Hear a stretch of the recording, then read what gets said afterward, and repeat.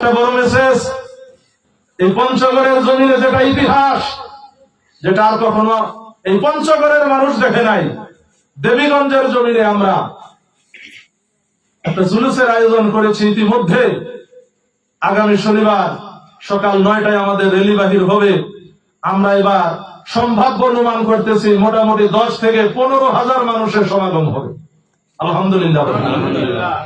যদি কেউ সেখানে যেতে চান, এটা একটা রাষ্ট্রীয় প্রোগ্রাম, কোনো সমস্যা নাই।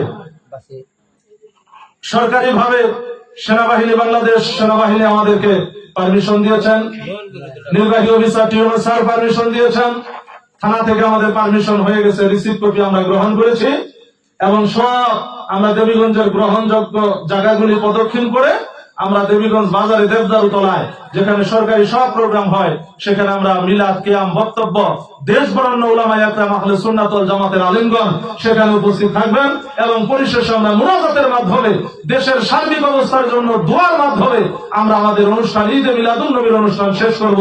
আল্লাহ যেন আমাদেরকে, যারা যারা যেতে চাই আমাদেরকে যেন কবুল করে সকলে বলেন আমিন।